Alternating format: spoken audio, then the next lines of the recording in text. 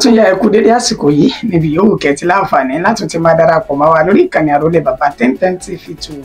níbi tá a ti mú ròyìn wá alájà ọba alẹ̀ bí ìṣe wa bí nǹkan ṣe ń lọ káàkiri orígun mẹ́rẹ̀ẹ̀rin àgbáláyé ojú tẹ fún òwa ojú náà ní fọ etí tẹ fi gbàwé tí náà ò ní di láṣẹ lọ́wọ́ Elédùmarè ìròyìn fún ti àsìkò yìí wọn náà láti gbalẹ̀ gbọ́dẹ̀ tá a mú aṣojú mọ́ màwòrán àti tí ìgbọ́ ìtẹ́ jẹ́ olólùfẹ́ wa lórí ìkànnì aláyọ̀ tá a jọ wà yìí ẹbẹ̀ ti mọ̀ pé ó kó oníròyìn yóò yí padà nígbà kankan rí àyànfẹ́ Elédùmarè olóko tèmi jẹ́ kókó oníròyìn rẹ̀ ẹjẹ́ àgbéyẹ̀wò ṣáájú ẹ̀kúnrẹ́rẹ́ rẹ̀ báyìí. wọ́n ti bẹ̀rẹ̀ ìpolongo ìbò fún sáà kejì ààrẹ Bọ́lá Ahmed Tinubu làwọn ẹgbẹ́ alátakò bá fọ́n mú fáwọn ẹgbẹ́ òṣèlú APC. El-Rufai ṣàbẹ̀wò sí Raufu Arẹ́gbẹ́ṣọlá àti wòlíì àgbà Túndé Bákàrè ní ìpínlẹ̀ Èkó láti jíròrò lẹ́yìn àbẹ̀wò náà òun ló ti darapọ̀ mọ́ ẹgbẹ́ òṣèlú SDP báyìí. ẹgbẹ́ Miyetti Allah ní àwọn ń béèrè fún ìwádìí òdodo lórí àwọn tán ṣekú pa alága ẹgbẹ́ náà ní ìpínlẹ̀ Kwara. àwọn ẹ̀ṣọ́ aláàbò aṣọ́bodè ilẹ̀ yìí kọ́sítọ́ọ̀mù náà ti ṣekú pa olórí fàyàwọ́ kan ní ìpínlẹ̀ Ògùn ètò ń da agbègbè ìpínlẹ̀ náà láàmú. ìpínlẹ̀ Ògùn náà ni mo sì wà àgbẹ̀ ẹni 40 ọdún kan ló jáde láyé lẹ́yìn tí igi ọ̀pẹ tó ṣe bẹ́ẹ̀ wó lù mọ́lẹ̀ ní ìpínlẹ̀ náà. ó dín ní ènìyàn 11 táwọn Fúlàní tún ti ṣe bẹ́ẹ̀ ṣekú pa ní ìpínlẹ̀ Benue báyìí nígbà tí ọ̀pọ̀ sì fara pa yàmàyàmà. ogun ti kó olórí àwọn agbésùmọ̀mí 2 ọ̀tọ̀ọ̀tọ̀ lọ láti ìpínlẹ̀ 2 ọ̀tọ̀ọ̀tọ̀ ní orílẹ̀-èdè Nàìjíríà. ìròyìn náà rèé ní ẹ̀kúnrẹ́rẹ́. wọ́n ti bẹ̀rẹ̀ ìpolongo ìbò fún sáà kejì ààrẹ Bọ́lá Ahmed Tinubu làwọn ẹgbẹ́ alátakò bá fọ́n mú mẹ́gbẹ́ òṣèlú APC lọ́wọ́ báyìí. gẹ́gẹ́ bí ìròyìn náà gbèsè ti jáde láti bí oṣù kan sẹ́yìn báyìí nínú èyí tí ń tó jẹ́ alága fẹ́gbẹ́ òṣèlú APC jákèjádò orílẹ̀-èdè Nàìjíríà ìyún Abdullahi Umaru Ganduje tó ti kéde fún gbogbo àwọn ẹgbẹ́ òṣèlú tó kù tán jẹ́ ẹgbẹ́ òṣèlú alátakò wípé àwọn tí wọ́n bá fẹ́ wá láti àríwá ilẹ̀ yìí ti ń ṣe ilẹ̀ Haúsá fún ètò ìdìbò tọdún 2027 ó ní kí wọ́n sì ṣe sùúrù bí ọdún 2031 ṣáájú kí wọ́n tó jáde láti dìbò láti dupò fún ààrẹ orílẹ̀-èdè Nàìjíríà torí wípé ààrẹ Bọ́lá Ahmed Tinubu yóò lọ fún sáà ẹlẹ́ẹ̀kejì lọ́dún 2027 sí ìyàlẹ́nu àwọn ẹgbẹ́ alátakò níṣẹ́lẹ̀ tó jẹ́ akọ̀wé fún ìjọba àpapọ̀ orílẹ̀-èdè Nàìjíríà SGF George Akume òun náà mà ti sísọ lójú eégún ọ̀rọ̀ náà lórí mọ́ọ̀máwòrán TVC lásìkò tó bá ẹgbẹ́ òṣèlú alátakò tó ń bá wọn ní ìtàkùrọ̀sọ lórí ọ̀rọ̀ ètò ìdìbò tọdún 2027 níbi tó ti gba Alhaji Atiku Abubakar nímọ̀ràn lórí ìgbésẹ̀ àti ẹgbẹ́ òṣèlú PDP lórí ìgbésẹ̀ wọn láti díje sí ipò ààrẹ lọ́dún 2027 wípé ká sì ṣe sùúrù torí pé ààrẹ Bọ́lá Ahmed Tinubu ó sì ń lọ padà fún sáà kejì nínú ètò ìdìbò tọdún 2027 bó ṣe wá ń wáyé báyìí níṣẹ́ láti rí àwọn àsíá fọ́nrán kọ̀ọ̀kan láwọn ìpínlẹ̀ kọ̀ọ̀kan tí wọ́n ti ń kéde ìpolongo ìbò ààrẹ Bọ́lá Ahmed Tinubu níbi tá a ti rí ìpínlẹ̀ Kaduna, Kebbi àti ìpínlẹ̀ Kwara tó fi mọ́ olúùlú ilẹ̀ yìí tí ń ṣe Àbújá. níṣẹ́ ni ẹgbẹ́ òṣèlú alátakò náà ti wá bójú ọ̀tọ̀ náà ti fi wo ọ̀rọ̀ náà tó sì bọ ẹnu àtẹ́lu ìgbésẹ̀ lẹ́gbẹ́ òṣèlú APC tí wọ́n ń gbé ètí wọ́n sọ dímọ̀ wípé ìgbésẹ̀ náà ó tako òfin ètò ìdìbò ti ìwé òfin tọdún 1999 wọ́n ṣe àlàyé wípé gẹ́gẹ́ bó ṣe wà nínú ìwé òfin ti ètò ìdìbò ọdún 1999 níṣẹ́ ni wọ́n fi àyè sílẹ̀ fún àwọn ènìyàn láti bẹ̀rẹ̀ ìpolongo ìbò ní kété tí ó bá ti kù 150 days ó ní kí wọ́n bẹ̀rẹ̀ sí ní ṣe ìpolongo ìbò kí gbogbo ètò ìpolongo ìbò tó sì wá sí òpin tó bá ti ń di ọjọ́ kan sí ètò ìdìbò ẹni sí ìyàlẹ́nu níṣe ni ẹgbẹ́ òṣèlú APC wọn ò bọ̀wọ̀ fún òfin ọ̀hún tí wọ́n ti bẹ̀rẹ̀ sí ní kéde wípé ààrẹ Bọ́lá Ahmed Tinubu yóò tún lọ fún sáà kejì ní èyí tí kò sì bá òfin mu gẹ́gẹ́ bí a sì ṣe ní àlàyé ṣáájú ní ìpínlẹ̀ Kebbi lóṣù tá a lò sẹ́yìn yìí níṣe ni wọ́n ti kéde wípé ààrẹ Bọ́lá Ahmed Tinubu àti ẹni tó jẹ́ gómìnà Nasiru Idris ní ìpínlẹ̀ Kebbi ó ní wọ́n lọ fún ètò ìdìbò lọ́dún 2027 ṣùgbọ́n tí ẹgbẹ́ òṣèlú alátakò tí wọ́n ti kóró ojú tó sì bínú lórí ọ̀rọ̀ náà wípé kò bófin mu bẹ́ẹ̀ ni kò tọ́ àti pé ohun tí ò yẹ òní wọ́n dánwò láṣà. El-Rufai ṣe àbẹ̀wò sí Arẹ́gbẹ́ṣọlá àti wòlíì àgbà Túndé Bákàrè ní ìpínlẹ̀ Èkó láti jíròrò. Lẹ́yìn náà òun ló sì ṣe bẹ́ẹ̀ darapọ̀ mọ́ ẹgbẹ́ òṣèlú SDP báyìí. Gómìnà tẹ́lẹ̀ ní ìpínlẹ̀ Kaduna Nasiru El-Rufai ló máa ṣe àbẹ̀wò sí ẹni tó jẹ́ gómìnà tẹ́lẹ̀ ní ìpínlẹ̀ Ọ̀ṣun tó sì ti jẹ́ mínísítà tẹ́lẹ̀ fọ́rọ̀ abẹ́lé ìyún ọ̀gbẹ́ni Raufu Arẹ́gbẹ́ṣọlá nílé rẹ̀ tí ń bẹ ní ìpínlẹ̀ Èkó. Lẹ́yìn náà ló tún ṣe àbẹ̀wò sí ẹni tó jẹ́ olùṣọ́ àgùntàn Túndé Bákàrè ẹni tó jẹ́ olùdámọ̀ràn fún El-Rufai lórí ètò ìròyìn Múyìwá Adékẹyẹ ló fi ìròyìn náà tó fi léde lójú òpó ayélujára X rẹ̀ lánàá òde yìí níbi tó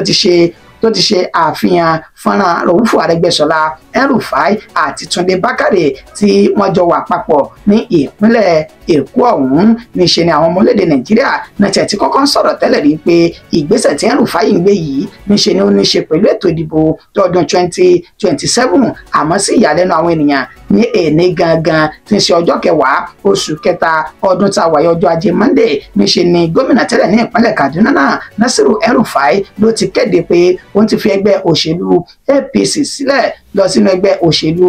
SDP báyìí nígbà tó ń ṣe àlàyé ọ̀rọ̀ gẹ́gẹ́ bí bó ṣe fi ìwé náà tó ti fi ránṣẹ́ sí ilé bó ṣe fi ìwé náà ránṣẹ́ sí wọ́ọ̀dù rẹ̀ tí ń bẹ ní Kaduna. Ibẹ̀ ló ti ṣe ní àlàyé pé ó mọ pàtàkì àti ìdúróṣinṣin ẹgbẹ́ òṣèlú APC nígbà tí ojú sì ń bẹ ní orúnkún. Bẹ́ẹ̀ náà ló tún sọ dímọ̀ wípé òun gangan fún wọn rárá òun gẹ́gẹ́ bí ẹnìkan òun ti ṣe gudugudu méje àti yàyà mẹ́fà nínú ẹgbẹ́ òṣèlú ọ̀hún nírètí ó sì ṣe ìgbéga àti ìtẹ̀síwájú fẹ́gbẹ́ òṣèlú APC. Ó ní nǹkan pàtàkì àti gbòógì tó mú òun fi ẹgbẹ́ òṣèlú APC sílẹ̀ kò ju wípé ẹgbẹ́ náà ó ní wọn kò ní àròjinlẹ̀ àti àrògún lórí wọ́n ṣe lè ṣe gbogbo àwọn ìtókù díẹ̀ káàtó nínú ẹgbẹ́ òṣèlú ọ̀hún tí ó fi yọrí sí dáadáa. Ó ní gbogbo ìmọ̀ràn táwọn ń gbà wọ́n níṣe ni wọn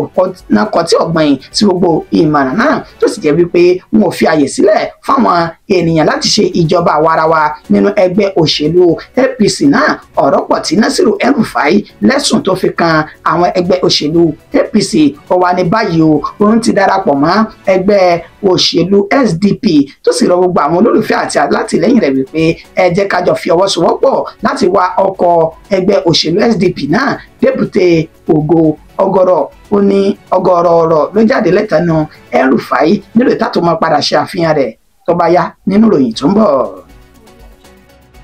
Ẹgbẹ́ Miyetti Allah ní àwọn ń béèrè fún ìwádìí òdodo lórí àwọn tán ṣe bẹ́ẹ̀ ṣekú pa alága ẹgbẹ́ náà ní ìpínlẹ̀ Kwara.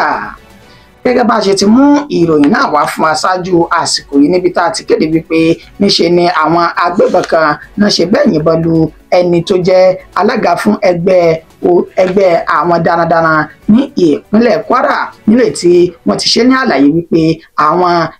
agbébọn ọ̀hún náà ṣe ìkọlù sí ẹni tó jẹ́ alága ẹgbẹ́ ọ̀hún ní ilé rẹ̀ tó wà ní Òkè Òyì ní ìpínlẹ̀ Kwara èyí tí wọ́n pe orúkọ rẹ̀ ní Idris Abubakar. Gẹ́gẹ́ bí ìròyìn náà bó ṣe tún wá jáde báyìí níṣe ni tó jẹ́ alága fún ẹgbẹ́ darandaran ọ̀hún káàkiri orílẹ̀-èdè Nàìjíríà ló náà ti fi ohùn léde èyún Alhaji Baba Ngazama ẹni tó ṣe àlàyé wípé ìgbésẹ̀ tí àwọn agbébọn ọ̀hún tán gbé ó ti ń kọ àwọn lóminú torí wípé gbogbo àwọn èèkàn tó jẹ́ alága fún ìpínlẹ̀ àti ẹsẹ̀ kùkú ọ̀pọ̀lọpọ̀ wọn ò ní wọ́n ti ṣekú pa báyìí táwọn kò sì mọ irú àwọn ènìyàn tí wọ́n wu ìwà náà. Nígbà tí ó ń ṣe àlàyé ó ní àwọn nílò ìwádìí òdodo lórí ikú tó pa ẹni tó jẹ́ alága ní ìpínlẹ̀ Kwara ọ̀hún. Nínú àlàyé rẹ̀ ó ní láàrin oṣù méjì síra wọn ó náà ṣekú pa ẹni tó jẹ́ alága ti ìpínlẹ̀ Katsina tó di olóògbé. Ó ní tàbá ní kàkà mẹ́ni méjì sí àsìkò yìí a rí pé láàrin ọdún méjì ọdún 2023 sí àsìkò tá a wà yìí ọ̀gọ̀rọ̀ àwọn tájẹ́ èèkàn nínú ẹgbẹ́ Miyetti Allah náà onímọ̀ ti fi ayé ìsílẹ̀ tán ti dágbére fáyé ètò sì jẹ́ pé ikú wọn ló wá láti ọ̀dọ̀ àwọn agbébọn tó ń ṣe ìkọlù sí àwọn nígbà tó ṣe àlàyé ó ní lọ́dún 2023 ó lẹ́yìn tó jẹ́ igbákejì ààrẹ ẹgbẹ́ náà káàkiri orílẹ̀ Nàìjíríà Alhaji Maniru Lamido òun ló sọnù ní òpópónà Katsina sí Kaduna lásìkò tó ń ṣe ìrìn àjò ó ní títí di àsìkò yìí àwọn kò tí ì rí kí wọ́n wá rí àbí ó kú ni àbóyè àwọn kò mọ nǹkan kan báyìí ó wá ní àwọn ń pe ìjọba àpapọ̀ àti àwọn tí ọ̀rọ̀ kàn lórí ọ̀rọ̀ yìí pé ká bá wọn ṣe ìwádìí o lórí àwọn oníṣẹ́ láabi tí wọ́n ṣe ìkọlù sí àwọn ènìyàn wọn ní káàkiri orílẹ̀-èdè Nàìjíríà. Àwọn ẹ̀ṣọ́ aláàbò ibodè ilẹ̀ yìí kọ́sítọ́ọ̀mù ó ní wọ́n ṣekú pa olórí fàyàwọ́ kan ní ìpínlẹ̀ Ògùn tó ń da agbègbè ìpínlẹ̀ náà láàmú. Nigeria Customs Service ní ti ìpínlẹ̀ Ògùn ó ní wọ́n jagun ìbọn pẹ̀lú àwọn fàyàwọ́ ní agbègbè tó pè ní Ìgbẹ́mẹ̀ ìpínlẹ̀ Ògùn gẹ́gẹ́ bí ìròyìn náà bí ó ṣe tẹ̀ wá lọ́wọ́ lọ́jọ́ kẹsàn-án tí ń ṣe àná òde yìí ọjọ́ àìkú oṣù kẹta ọdún 2025 ní nǹkan bí dédé aago mẹ́sàn-án àbọ̀ òwúrọ̀ ó ní ìṣẹ̀lẹ̀ náà ó ní ó ṣẹlẹ̀ pẹ̀lú bá ti sọ bí mọ̀ pé àwọn fàyàwọ́ tán kó ìrẹsì láti Benin Republic wọ orílẹ̀-èdè Nàìjíríà ó ní wọ́n kún fọ́fọ́ sórí ọ̀kadà nínú ètò wọn sì ṣe ní àlàyé pé ẹni tó jẹ́ afurasí tó ṣáájú àwọn fàyàwọ́ ọ̀hún tán pé orúkọ rẹ̀ ní Bídèmí Ògúnnọlá èyí tí ọ̀pọ̀lọpọ̀ mọ̀ sí Ọ̀fẹ́ ó ní wọ́n dojú ìbọn kóra wọn ṣùgbọ́n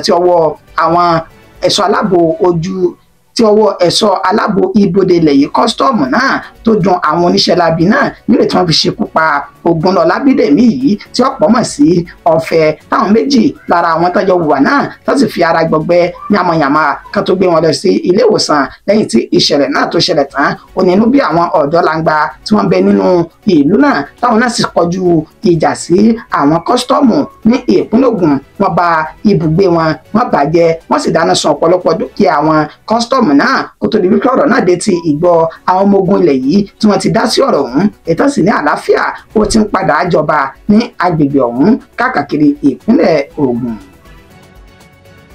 Ìpínlẹ̀ Ògùn náà ni mo sì tún wà Ògùn àgbẹ̀ ẹni 40 ọdún kan lè tó jáde láyé lẹ́yìn tí igi ọ̀pẹ tó wó lù mọ́lẹ̀ ní ìpínlẹ̀ Ògùn.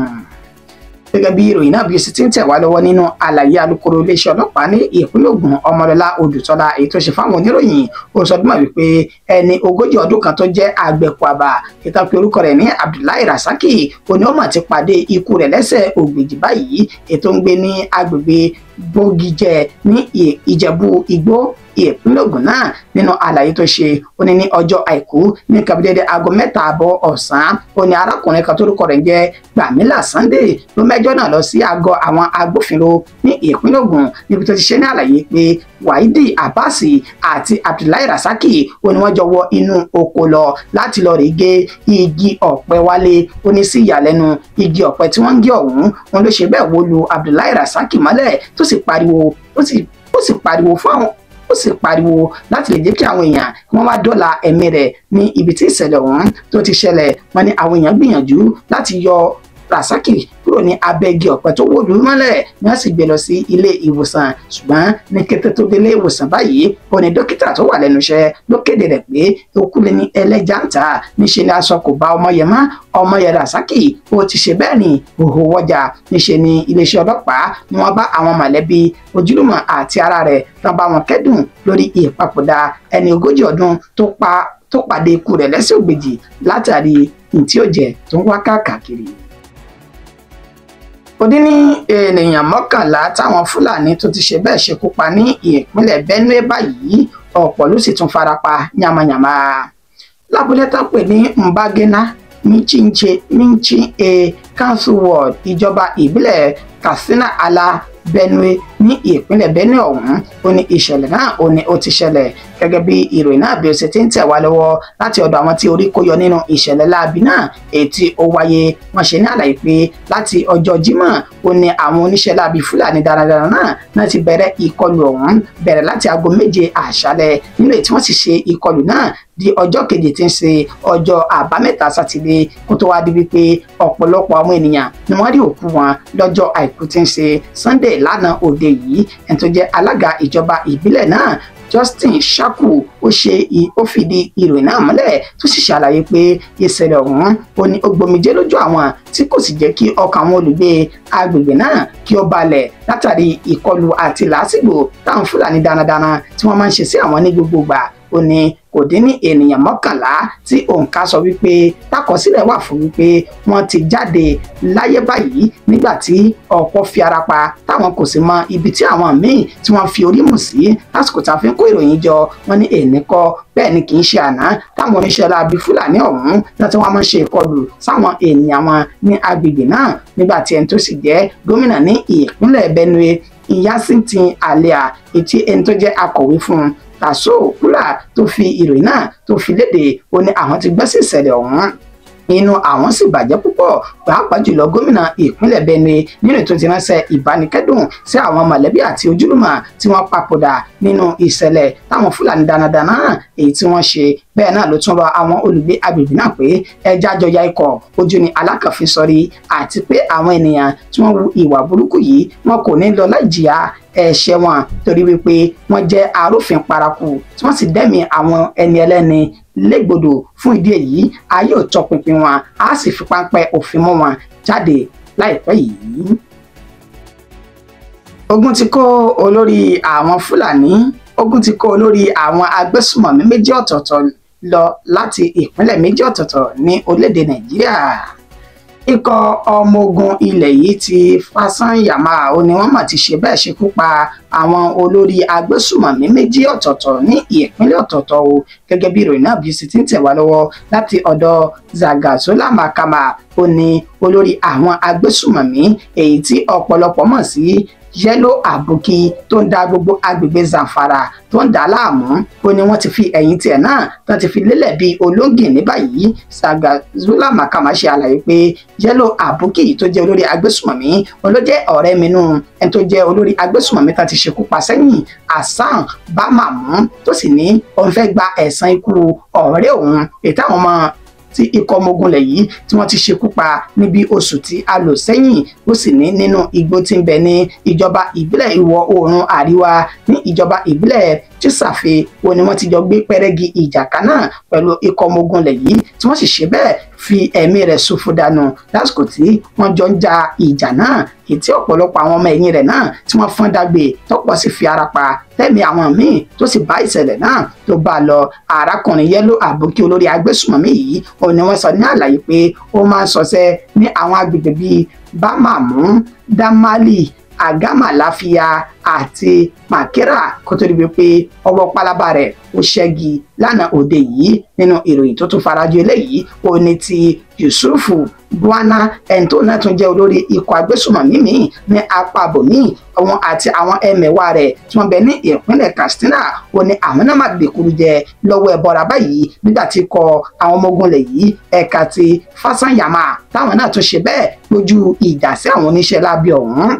ní agbègbè tó pè ní Dustinama ní ìpínlẹ̀ Katsina ó ní ọwọ́ ti bà àwọn ènìyàn yìí láti ṣekú pa àwọn náà ní ìpakúpa látàrí wípé wọ́n da omi àlàáfíà gbogbo agbègbè náà wọ́n dà láàmú inú gbogbo àwọn olùgbé ìpínlẹ̀ Katsina òun ló dùn jọjọ látàrí ikú tí wọ́n fi pa ẹni tó jẹ́ olórí àwọn agbésùmọ̀mí Yusufu Buana yìí lẹ́ni tí wọ́n ṣe ní àlàyé pé ó ní ó ń fi òfin tó lè lélẹ̀ fáwọn olùgbé agbègbè náà tó sì ń gbowó lọ́nà àìtọ́ lọ́wọ́ wọn ètò mú kí inú àwọn olùgbé agbègbè ọ̀hún kó dùn púpọ̀ lórí ikú tí wọ́n fi pa arákùnrin náà.